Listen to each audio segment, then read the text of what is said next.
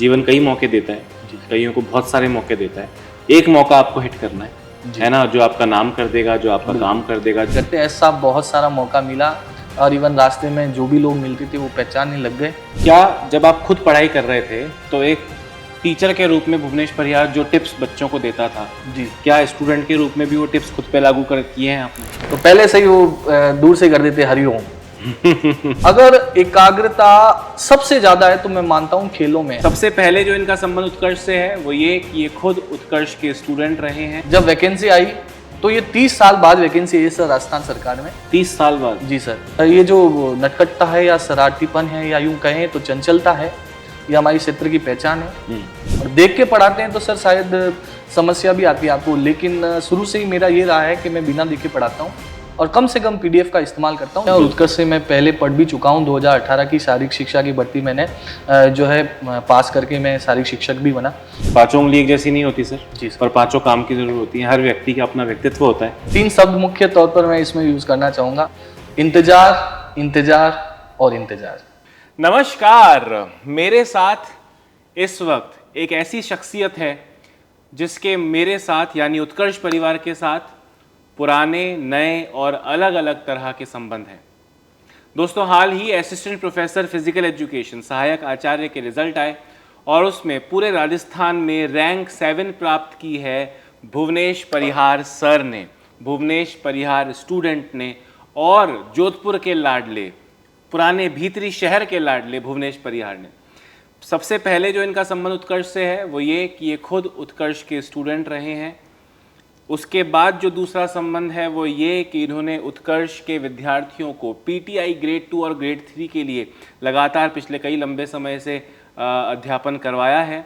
और तीसरा संबंध कि असिस्टेंट प्रोफेसर के लिए भी, खासकर जीके वाले पार्ट के लिए, ये भी उत्कर्ष के स्टूडेंट रहे हैं। तो इतने सारे संबंध हैं, तो खास बातचीत आज मैं चाहूँगा कि भुवनेश सर के साथ करें। अभी भी लगातार विद्यार्थियों को सेवाएं दे रहे हैं, उन्हें पढ़ा रहे हैं और अभी जो पीटीआई के वर्तमान में बच्चे उत्कर्ष के साथ पढ़ रहे हैं या कहीं से भी पढ़ रहे हो, बट अभी क्योंकि डेट आगे जा चुकी है, पहले सितंबर में एग्जाम होने वाला था, अब डेट काफ़ी आगे जा चुकी है, तो उस बारे में भी मिली जुली यानी पूरा फिजिकल एजुकेशन पीटीआई, चाहे वो स्कूल का पीटीआई हो चाहे असिस्टेंट प्रोफेसर हो, सारी बातचीत आज इस खास वार्तालाप में दोस्तों हम लोग करने वाले हैं। तो सबसे पहले भुवनेश सर, बहुत बहुत बधाई हो। धन्यवाद सर। आपके मेरे बहुत अच्छे एकदम भाईचारे वाले संबंध भी हैं। बहुत उम्मीद थी, आप कई महीनों से हम बात कर रहे थे कि बहुत अच्छी रैंक आएगी टॉप 10 के लिए, तो आप पहले से ही आपको विश्वास था कि टॉप 10 में तो मेरा नंबर आएगा ही आएगा। जी सर।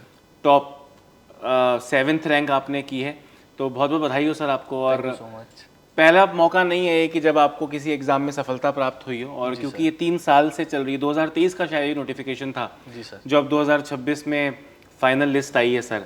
तो ये 3 साल कैसे निकले? मतलब अगर मैं बाकी सारी ड्यूटीज से आपको एक बार के लिए साइड कर दूं, उत्कर्ष में पढ़ाने से या दूसरे कार्यों से, ये 3 साल क्या अप्स एंड डाउन्स रहे? पेपर दिया, नोटिफिकेशन आया, फिर बहुत लंबे समय बाद एग्जाम हुआ होगा, फिर इंटरव्यू हुआ, फिर ये रिजल्ट आया, तो उतार चढ़ाव कैसे रहे? 3 साल कैसे गुजरे?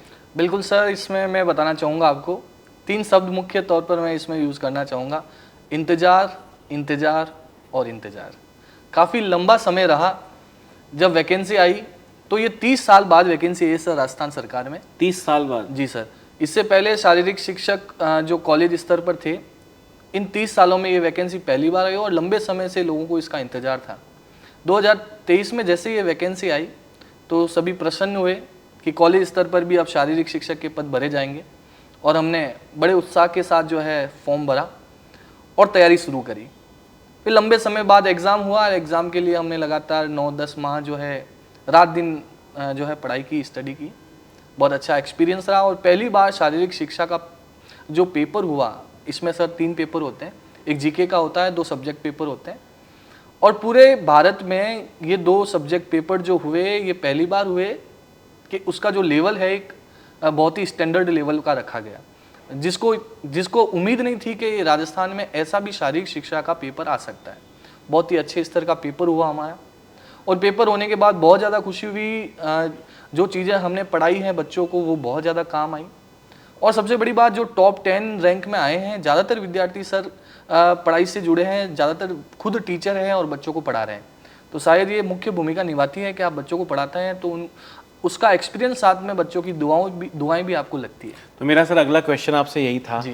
कि 200 समथिंग पोस्ट थी शायद इसकी जी टोटल, सर।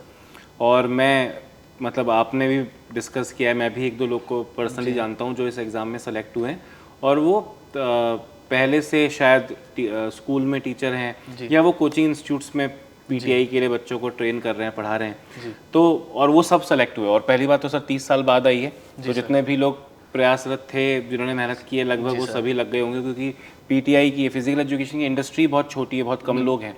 तो सर ये पढ़ाने की वजह से आपको क्या लगता है कि क्योंकि आप लगातार पढ़ाने की वजह से पढ़ाई के टच में रहे होंगे वैकेंसी आने से पहले भी, तो कितनी हेल्प मिली एक टीचर के रूप में इस एग्ज़ाम को क्रैक करने में? सर मैं एक बात बताना चाहता हूँ, जब हम एग्ज़ाम को क्रैक करने के लिए पढ़ते हैं तो चीज़ों को एग्जैक्ट जो चीज़ें इंपॉर्टेंट है उनको ही देख पाते हैं, लेकिन एक विद्यार्थी को पढ़ाने के लिए बात हो तो आसपास की सारी चीज़ों को आप बड़े ध्यान से देखना होता है, क्योंकि उत्कर्ष जैसी संस्था में अगर आप पढ़ा रहे हैं तो आप किसी भी सोर्स को देख के नहीं पढ़ा सकते। इवन आपको इतना नॉलेज होना चाहिए कि आप सब्जेक्ट को बिना कमांड के, बिना देखे जो है कमांड के साथ आप इसको डिलीवर कर सकें। तो विशेष योगदान ये रहा है, कई जगह जैसे पीडीएफ भी जो है यूज़ की जाती है, लेकिन ज़्यादा पीडीएफ यूज़ करने से आप खुद भूलने भी लगते हैं, और देख के पढ़ाते हैं तो सर शायद समस्या भी आती है आपको। लेकिन शुरू से ही मेरा ये रहा है कि मैं बिना देखे पढ़ाता हूँ और कम से कम पीडीएफ का इस्तेमाल करता हूँ, जिससे मेरा खुद का फ़ायदा हो, मुझे चीज़ें याद रहती है, और शायद कहीं ना कहीं इसका लाभ मुझे एग्ज़ाम में भी मिला है। बिल्कुल सर, और लाभ मिला है, सफलता मिली है, और वो भी रैंक 7 लाना सर, है ना, बहुत बड़ी बात है। सर एक चीज़ मैं अभी ये जस्ट ये सोच रहा था, अभी आपने क्योंकि आपने अपनी पढ़ाने के दौरान सहायक सामग्री जो हम पीपीटी या पीडीएफ्स लगाते हैं उसकी बात करी, सर ये वैकेंसी 30 साल बाद आई है, तो इसके लिए स्टडी मटेरियल कहाँ से आपने इंतज़ाम किया? मतलब मुझे लगता है इसके ऊपर तो, और क्योंकि बहुत कम वैकेंसी थी, देने वाले ही बहुत कम स्टूडेंट्स होंगे, तो इसका स्टडी मटेरियल आपको किताबें कहाँ से कैसे मिली फिर? इसमें सर जैसे हम पाठ्यक्रम की बात करें तो एक पेपर जीके का होता है जिसमें 50 क्वेश्चन होते हैं प्रत्येक। और ये जीके का पेपर जो दूसरा असिस्टेंट प्रोफेसर का अपना एग्जाम होता है उसके जैसा ही होता है? जी, राजस्थान जीके ओनली पूछी जाती है, इसमें इंडिया और वर्ल्ड जीके नहीं होती। और इस तौर पर तो सबसे पहले मुझे जो संस्था दिखती है वो शायद उत्कर्ष ही दिखती है, और उत्कर्ष से मैं पहले पढ़ भी चुका हूँ। 2018 की शारीरिक शिक्षा की भर्ती मैंने जो है पास करके मैं शारीरिक शिक्षक भी बना, और इसके बाद ही मैंने जो है जीके के लिए सबसे पहला ऑप्शन और सबसे बेस्ट ऑप्शन मेरे पास उत्कर्ष ही था। उत्कर्ष का मैंने जो है ऑनलाइन कोर्स लिया था सर जीके का, जिसमें जो है मुख्य तौर पर नरेंद्र सर ज्योग्राफी और भगवान सर हिस्ट्री पढ़ा रहे थे हमें, और कुलदीप सर जो है उन्होंने पॉलिटी पढ़ाई थी। मुझे अच्छे से याद है, मैं उनका स्टूडेंट था, ऑनलाइन उन्हें देखता था, और मेरा ऑनलाइन देखते हुए ये भी मन करता था कि कब मैं इन सर से जाके मिलूँगा, और मुझे उम्मीद नहीं थी कि सर आज जो है हमारे साथ रहेंगे, मेरे कलीग होंगे। बड़ा अच्छा लगता है जब भी मैं मिलता हूँ, उन सर से ज़रूर जिक्र करता हूँ, और सर को भरोसा नहीं होता कि ये मेरा विद्यार्थी है और मेरे साथ काम कर रहा है, क्योंकि सर ऑनलाइन में हम मुझे देख नहीं पाते थे, मैं ही उनको देख पाता था। तो बड़ा अच्छा लगता है, और गुरुजनों का आशीर्वाद भी रहा, और उत्कर्ष संस्था का जीके के रूप में मेरे लिए बहुत बड़ा योगदान रहा। सेकंड पेपर के लिए सर मैंने ऑथेंटिक बुक्स जो होती है, जो लेखक है, जो राइटर्स हैं, अलग अलग टॉपिक्स, हाँ मतलब रेफरेंस बुक, मोटी रेफरेंस बुक्स ही पढ़नी पड़ी होंगी। इस सिलेबस के लिए तो कोई अलग से बुक नहीं मिलती है? अलग से कोई बुक नहीं आती। और फिजिकल एजुकेशन में सर बहुत सारी जो है भ्रांतियाँ भी है चीज़ों में, कई जगह गलतियाँ भी हैं, तो वो जो रेफरेंस चीज़ें हैं, ऑथेंटिक चीज़ें हैं, वो हमें रेफरेंस बुक से ही मिल पाती है। गाइड पे सर हम ज़्यादा भरोसा नहीं कर सकते। बिल्कुल सर। वैसे तो जब कोई स्टूडेंट सफल होके आता है किसी एग्ज़ाम में, और उससे कभी हम अच्छी रैंक होती है और उनसे ऐसे पॉडकास्ट या डिस्कशन शूट करते हैं, सबसे पहला मेरा क्वेश्चन होता है कि रिज़ल्ट आने पे कैसा लगा, घर वालों को कैसा लगा, पहला रिएक्शन क्या था? पर क्योंकि मैं इतने महीनों से देख रहा हूँ कि आप आश्वस्त थे कि मेरी टॉप 10 में रैंक आएगी, मेरी टॉप 10 में रैंक आएगी, तो मतलब आप इसके लिए रेडी थे सर, और मुझे लगता है कहीं ना कहीं आपकी फैमिली भी इसके लिए रेडी होगी, क्योंकि आप उनको ही बताए होंगे कई बार कि मेरी रैंक टॉप 10 में तो पक्की है। जी जी। फिर भी मतलब भले ही पूरी उम्मीद थी, पता था, बट फिर भी रिजल्ट कहीं ना कहीं एक रिजल्ट का काम तो करता है, मतलब उसका इंतजार तो रहता है, चिंता तो रहती है। तो कैसा रिएक्शन था रिजल्ट आते ही आपका, और घर पे बाकी सबका, मतलब धर्म पत्नी से लेकर बच्चों को भी अगर इतना नॉलेज था कि पापा का एग्जाम क्रैक होगा, बिल्कुल सबको पता तो था, सबको कैसा लगा? सब एक्साइटेड बहुत ज़्यादा। हमारा 10 को लास्ट इंटरव्यू था, और 10 के बाद अक्सर इंटरव्यू के दिन ही या इंटरव्यू के नेक्स्ट डे जो है रिजल्ट अनाउंस हो जाता है। हमारे 11th को रिजल्ट नहीं आया, 12th को नहीं आया, 2 दिन हमें नींद नहीं आई। और फिर जब रिजल्ट आया तो मैं फ़ोन ही चला रहा था और मैसेज, हमारा ग्रुप बना हुआ, उसमें मैसेज आया कि इंतज़ार ख़त्म हुआ, रिजल्ट आ चुका है। मैंने PDF ओपन किए और PDF ओपन करने के बाद मुझे रोल नंबर मेरे याद थे। मैंने सर्च बटन पर क्लिक किया, रोल नंबर डाले और सर मेरे हाथ दूजने लग गए, क्योंकि जब मैंने रोल नंबर डाले तो मेरे रोल नंबर में जब आप सर्च करते हो और सर्च करने के बाद जो है आपके हाईलाइट हो जाता है। बिल्कुल। लेकिन वहाँ पहली बार में हाईलाइट हुआ ही नहीं मेरा रोल नंबर। अच्छा, तो मेरे कोई फोन, गलती हुई होगी आपसे? गलती नहीं हुई सर, वो जो मेरा रोल नंबर था नेक्स्ट पेपर पे था। हाँ, और जो पेपर ओपन था उसमें मेरा रोल नंबर नहीं था, तो मेरे हाईलाइट हुआ नहीं, तो मेरे हाथ दूजने लग गए। और मैंने भाई साहब को बोला मेरा रिजल्ट आ गया है, एक बार आप चेक करो, मेरे से तो नहीं हो रहा है। तो भाई साहब ने बोला ठीक है बोल। और भाई साहब ने बोला, और मैंने कहा मेरे को तो फर्स्ट पेज पे दिख ही नहीं रहा रोल नंबर, तो मेरा जो है नेक्स्ट पेज पे है सर रोल नंबर। अच्छा, रोल नंबर किस हिसाब से आते हैं, जैसे आपने फॉर्म ज़्यादा पहले भर दिया है तो उसका रोल नंबर ऊपर चला जाता है, आप लेट भरते हो तो नीचे चला जाता है। मतलब रैंक वाइज रोल रिजल्ट नहीं आया था, सारे रोल नंबर आए थे जो पास हुए। हाँ, रोल नंबर डालते हैं, उनके आगे रैंक भी आती है, बट आपने जैसा फॉर्म भरा है वैसे रोल नंबर आएंगे। तो सेकंड पेज पे फिर भाई साहब को मेरा रोल नंबर दिखा और भाई साहब ने कहा 7 आ गया। 7 बहुत लकी नंबर है हमारे घर पे। मेरे भाई साहब का जन्म भी जो है 7 सितंबर को हुआ है, तो 7 नंबर हम लकी मानते हैं। तो बोले 7 आ गया, ये हमारे लिए फर्स्ट रैंक ही है। तो हम सभी खुश हुए, कुछ इस तरह का माहौल बना घर पे। मैंने भी माता पिता से आशीर्वाद लिया और सभी को सूचना की। उसके बाद मैंने शायद आपको भी कॉल किया और आपने फ़ोन उठाया नहीं। बिल्कुल सर, मैं फिर इसलिए मैं मतलब ऐसे ही एक वीडियो रिकॉर्डिंग कर रहा था, जैसे फ़ोन अभी साइड में रखा है तब मिस कर गया मैं। पर जैसे ही मैंने वो आपका रिजल्ट का पोस्ट देखा, साथ ही टीचर्स ने लगा रखा था, तो मुझे ही बहुत खुशी हुई और फिर मैंने आपको तुरंत कॉल लगाया सर। और मतलब मुझे उम्मीद तो थी कि आप बता रहे हो टॉप 10 में रैंक आएगी, पर कई बार ऐसा होता है ना सर कि अपने साथ बैठने वाले जब बड़ी बात करते हैं ना, तो अपने को लगता है यार कहीं ऐसा ना हो कि कुछ और हो जाए, या पहले वो इतना ज्यादा कॉन्फिडेंस सोच रहे हो कि कहीं वो ओवर कॉन्फिडेंट ना हो। तो वो डाउट था, पर जैसे ही मैंने रैंक 7 देखी, मुझे मतलब मेरी भी खुशी हो गई, ठिकाना नहीं था। और मतलब आपसे विशेष प्रेम भी रहा है, तो बहुत अच्छा लगा सर मुझे। और मेरा रिएक्शन भी मतलब जैसा आप फैमिली का बता रहे हो वैसा ही रिएक्शन मेरा भी था। और मुझे लगता है मेरे रिजल्ट देखने से लेकर आपको फ़ोन लगाने तक 15 सेकंड का भी गैप नहीं था। तो एक बार फिर से उसके लिए सर आपको बहुत बहुत बधाई हो। सर ये एग्ज़ाम प्रोसेस 3 साल चला। जी सर। कुछ ऐसा ही अभी देखने को मिल रहा है, आप उत्कर्ष के बच्चों को पेपर 2 के लिए जो PTI की वैकेंसी चल रही है, एग्ज़ाम अभी सितंबर में होना था। जी सर। पर अब चला गया है, मतलब और शायद वो अब लंबा चला गया होगा, शायद 6 महीने 5 महीने के लिए तो आगे चला गया है। तो जब ये एग्ज़ाम की डेट आगे चली जाती है, सेम टू सेम आपके साथ भी होगा, नोटिफिकेशन की काफ़ी समय बाद परीक्षा हुई होगी पहली। तो ये जब तारीख आगे बढ़ती है, सबके लिए बढ़ी है ऑब्वियसली, वो किसी एक बच्चे के लिए या 4 बच्चों के लिए नहीं बढ़ी, सबके लिए बढ़ी है। जब ये तारीख आगे बढ़ती है सर, तो एक सफल होने वाले स्टूडेंट को किन चीज़ों का ध्यान रखना चाहिए, कैसे ये बढ़ा हुआ समय उसकी हेल्प करे और कंपटीशन को और कम करे, तो क्या विशेष ध्यान रखना चाहिए एक स्टूडेंट को? सर मेरा ये मानना है कि अगर डेट आगे बढ़ गई है लेकिन परीक्षा तो होनी संभव है। इसके लिए विद्यार्थियों को, जिन विद्यार्थियों को अगर उनके सपने बड़े हैं, उनको रैंक लाना है, तो उन्हें निरंतरता रखनी चाहिए सर। कंटिन्यूटी बहुत ज़रूरी है। अगर रैंक लाने का आप प्रयास कर रहे हैं और इवन सेलेक्ट होने का भी प्रयास कर रहे हैं, तो भी आपको जो है अपनी पढ़ाई को, स्टडी को ब्रेक नहीं करना है, उसको लगातार रखना है। और आपका जो आत्मविश्वास है और जो उत्साह है, जो आपकी भावना है रैंक लाने की, वो कम नहीं होनी चाहिए। आधे से ज़्यादा विद्यार्थी सर आर्थिक कारणों की वजह से भी जो है शहर छोड़ के वापस गांव चले गए। समझ सकते हैं, सारी चीज़ें होती है, किराया भारी पड़ता है, लेकिन वो घर बैठ के भी पढ़ाई करें, बिल्कुल कर सकते, ऑनलाइन भी करें। और जिनके आर्थिक दिक्कत नहीं है या समस्या नहीं है, तो उन्हें लगातार जो है पढ़ाई पर ध्यान देना चाहिए। आप सोचेंगे नहीं, आप जितनी उम्मीद नहीं करेंगे उससे ज़्यादा आपको मिलेगा, ये मैंने सोचा है सर। बिल्कुल। मेहनत अगर आप ज़्यादा करते हैं तो आपको उम्मीद से ज़्यादा मिलता है। और हर बार मेहनत करने वाले लड़के को यही लगता है कि मैं शायद और अच्छा कर सकता था। तो ये भावना आप में होनी चाहिए हमेशा आगे बढ़ने की, और इस समय का इस्तेमाल करना चाहिए। 1.5 साल कोई बड़ा समय नहीं होता, तैयारी के लिए निकल जाएगा।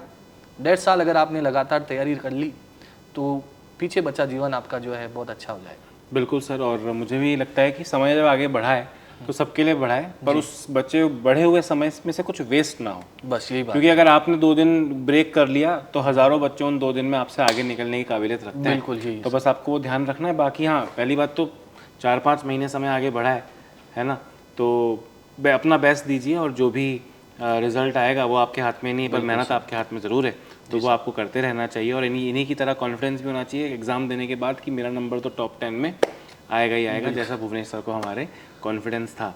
सर, स्टूडेंट से भी मैं अक्सर पूछता हूँ जी सर कि दिन में पढ़ के एग्ज़ाम क्रैक किया है, रात को पढ़ के एग्ज़ाम क्रैक किया है, तो आपका इस पे क्या आंसर होगा? सर, मैंने रात को पढ़ के एग्ज़ाम क्रैक किया। मेरे घर के पास ही लाइब्रेरी है, तो लाइब्रेरी में मैं अकेला बैठता पूरी रात और मैं पढ़ाई करता।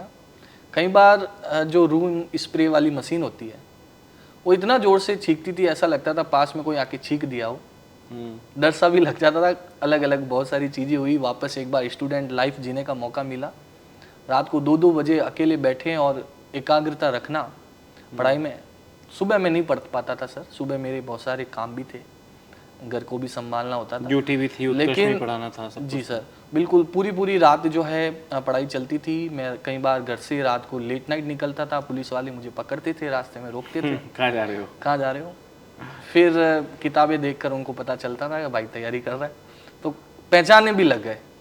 तो पहले से ही वो दूर से कर देते हरिओम, गाड़ी पे ही हरिओम हो जाता था और फिर जो है तैयारी करते। ऐसा बहुत सारा मौका मिला और इवन रास्ते में जो भी लोग मिलते थे वो पहचानने लग गए कि 9-10 महीने तक इस रात को निकल रहा है, क्या कर रहा होगा। कई लोग मोहल्ले वाले पूछते थे। तो उन सबको मिठाई खिलाई सर आपने, जो मोहल्ले में? और मिठाई से काम नहीं चलेगा सर, अब कुछ ग्रैंड पार्टी होनी चाहिए। बिल्कुल, तो वो उसका जरूर आयोजन करेंगे जल्दी।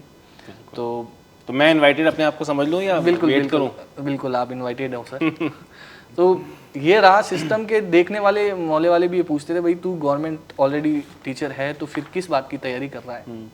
तो मेरी एक आदत है, मैं छुपाता नहीं हूँ, जो भी होता है मैं पहले से ही बता देता हूँ, क्योंकि चुनौती को स्वीकार करना ही मुझे लगता है व्यक्तित्व का एक बहुत बड़ा निशानी है। तो चुनौती स्वीकार होनी चाहिए दोस्तों, जो होगा वो ठीक है, आपने मेहनत की, आपको भरोसा होना चाहिए। ये बात शायद मुझे बहुत ज़्यादा आत्मविश्वास से भर देती है। बिल्कुल।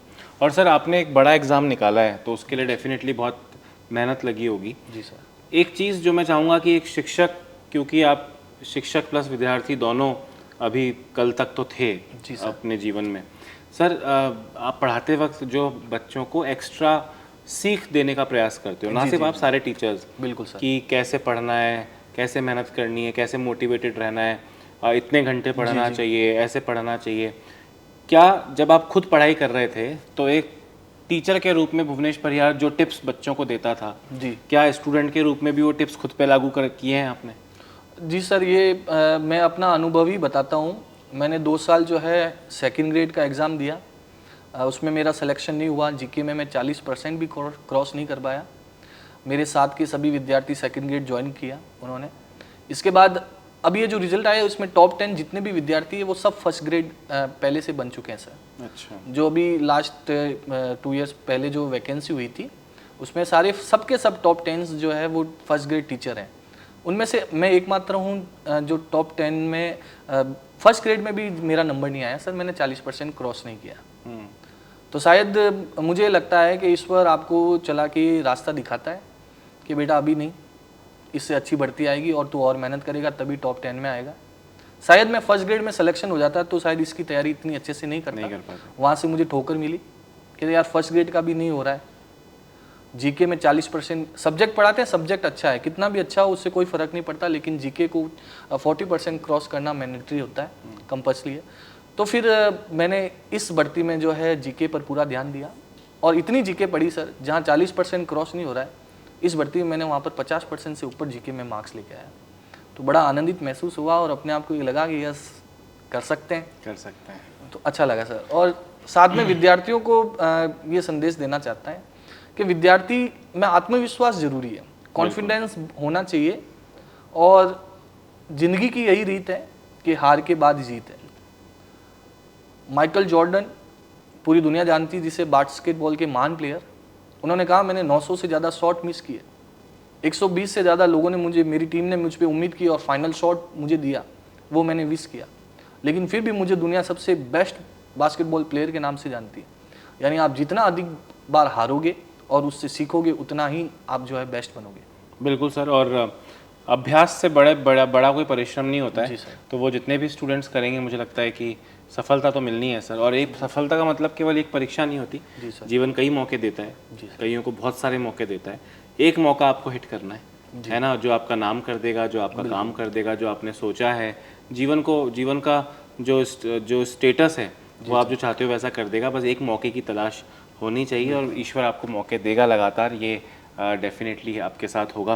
तो सर थोड़ी हल्की फुल्की बात भी कर लेते हैं। जी सर। भुवनेश परिहार नटखट बच्चों में से एक था या सीरियस बच्चों में से एक था? सर मतलब देखो जो मैं आपको जानता हूँ, जी जी आप जिस एरिया से हो जी जी तो बहुत सीरियस तो नहीं होगे सर, नहीं सीरियस तो सर है ना? गोला नाड़ी में कूद कूद के आपने भी स्विमिंग तो अपने आप ही सीख ली होगी। बिल्कुल बिल्कुल सर। जिस क्षेत्र से मैं आता हूँ उस क्षेत्र का नाम उमेद चौक है और पूरे राजस्थान में जिम्नास्टिक और बॉक्सिंग की शुरुआत हमारे क्षेत्र से हुई है। राजस्थान में सबसे अधिक शारीरिक शिक्षक हमारे क्षेत्र ने दिए। राजस्थान में सबसे ज़्यादा स्पोर्ट्स कोच हमारे क्षेत्र के रहे हैं। वर्तमान में भी पूरे राजस्थान में 2 बार अभी जो है कोच की भर्ती आई, उसमें से एक ही बंदा पास हुआ, वो मेरा खुद का भाई सुनील परिहार है। और मेरा रियल ब्रदर देवेंद्र परिहार वो भी जिम्नास्टिक कोच है। और मेरे क्षेत्र के जितने भी सर हैं, किशोर सर, चेतन sir, Naresh sir, Prem Singh ji sir, ये राजस्थान के सबसे बेस्ट कोच रहे हैं सर। तो शायद मैं अपने आप को गौरवान्वित महसूस करता हूँ कि इस क्षेत्र में मैं जन्मा। और ये जो नटखटता है या शरारतीपन है या यूं कहें तो चंचलता है, ये हमारी क्षेत्र की पहचान है।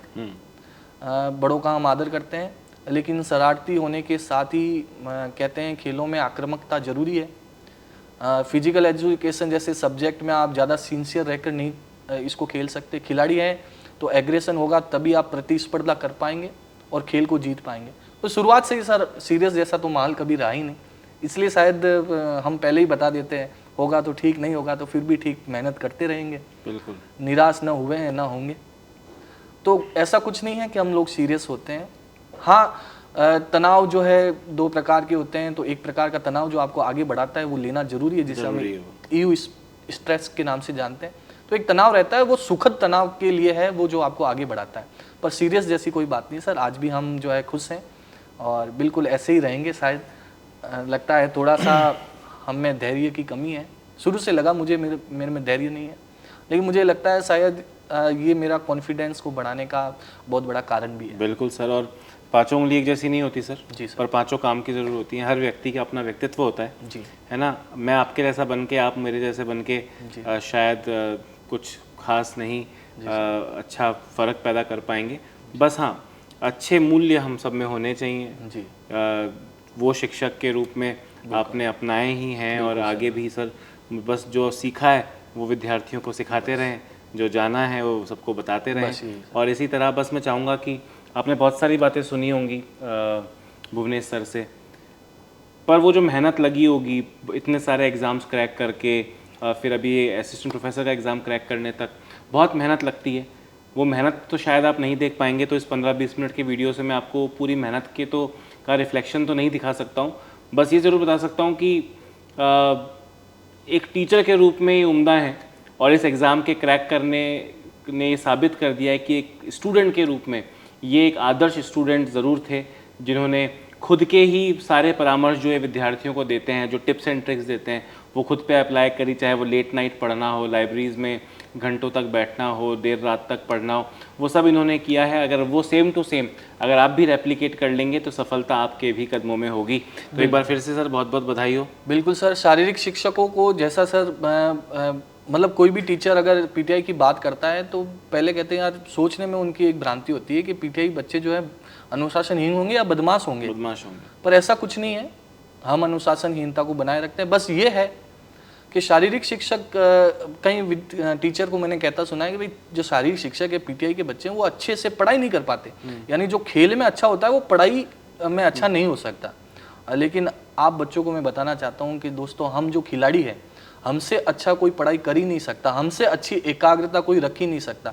सर खेल खेलते हुए अगर आप एकाग्र नहीं हैं, मान लीजिए आप क्रिकेट खेल रहे हैं और आपने सोच लिया उसने खाना नहीं खाया, तो बॉल आके आपके मुंह पे लग जाएगी।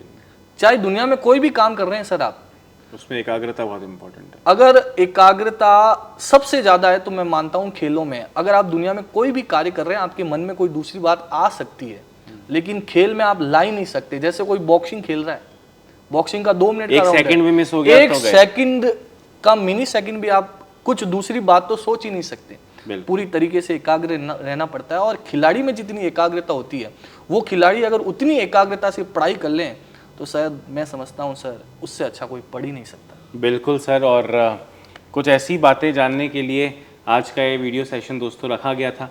बाकी सर लगातार उत्कर्ष प्लेटफॉर्म पे पीटीआई के बच्चों को पढ़ा रहे हैं। आप भी अगर अभी तक नहीं जुड़े हैं तो अब समय आ चुका है, थोड़ा एग्जाम डेट आगे चली जा चुकी है, तो अपनी तैयारी को आप बेहतर बना सकते हैं उत्कर्ष के साथ जुड़कर। बाकी आज पहला मौका था जब मैं सिर्फ एक स्टूडेंट का नहीं, अपने साथ मेरे सहकर्मी, मेरे साथी का इंटरव्यू में कर रहा हूँ, तो ये मेरा भी सौभाग्य है।